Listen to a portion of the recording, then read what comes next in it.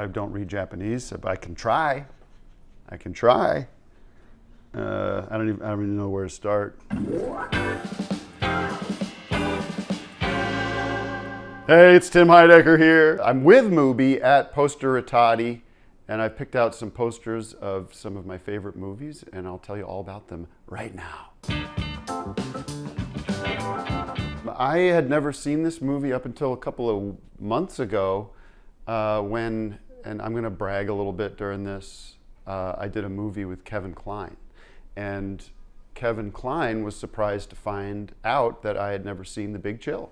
So after the filming, it was my duty and responsibility to see this movie. And I shouldn't have been surprised, but it's a great movie.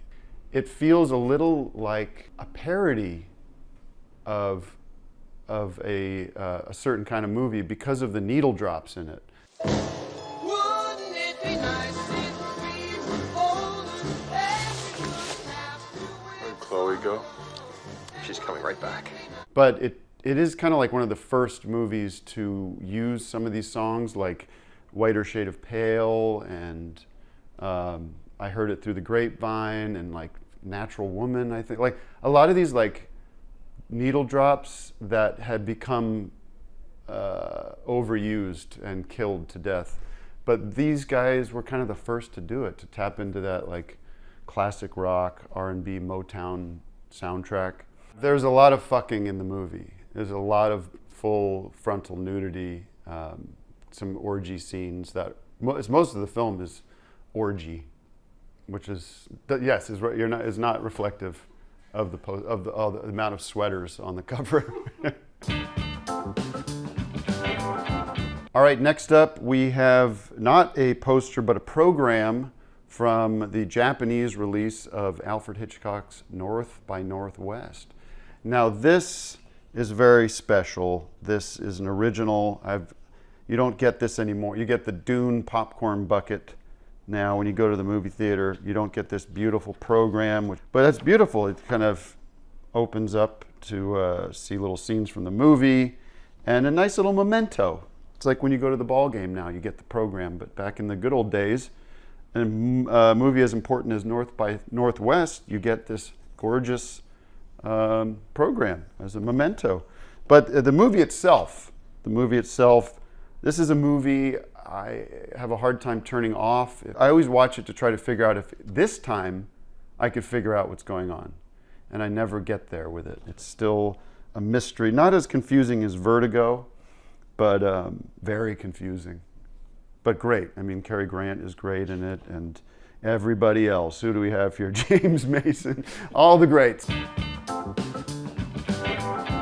All right, this here is what they call a scene card from Monty Python's Les Uns de la Vie, which I do speak fluent French, and that translates to the meaning of life, of course. This would be in the lobby of a theater, I assume when the movie's playing or leading up to the movie playing. They'd have the big poster, and then they'd have these little scene cards to attract your attention to go see the movie. For me, I think it might have been the first one I saw as a kid, and got so many rich, hilarious. I think it kind of like more than a comedy. It kind of created my philosophy of life as a Catholic kid. There's lots of the absurdity and meaninglessness of life and the pointlessness of it and stuff, the agnosticism of it all. A lot of it's built into this movie.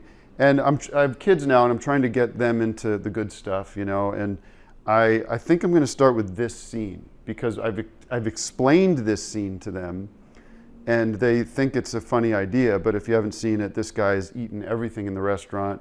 And he's very large, and the waiter tempts him with one last little dessert, a mint, I think it is, a wafer-thin cookie, and he accepts begrudgingly and then explodes. And he explodes in the most disgusting way with food and guts and body parts all over the restaurant. It's a tremendous scene, and I think a child of any age can enjoy the humor of this particular moment. This poster spoils the whole movie. I mean, you don't need to see the movie, you could just enjoy the poster. I wouldn't say it's like one of my favorite movies, but there are scenes in this movie that I think were huge for me. There's a scene that is when they get, not spoiler alert, but they get convicted of a crime in this courtroom, and they weren't expecting, they were expecting to get off, I assume. They were like, well, we'll just go through this formality, and they get charged, or they get found guilty. And the reaction from both of them, but Gene Wilder in particular, is one of the funniest things that has ever happened on Earth. He starts screaming uncontrollably.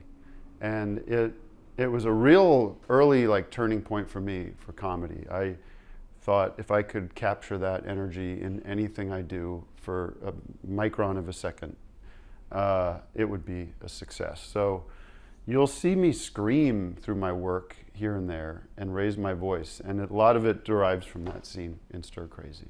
I hereby sentence you to serve 125 years in the custody of the Commissioner of the Department of Corrections.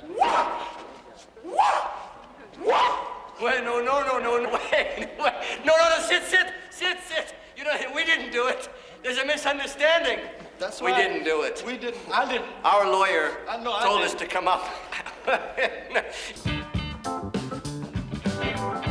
When I first moved to Los Angeles, I moved into this apartment, and there was a garage sale out next door, and I saw not this poster, but in fact an even more beautiful Barry Lyndon poster, maybe even bigger, and I got it from my life partner Eric Wareheim as a gift.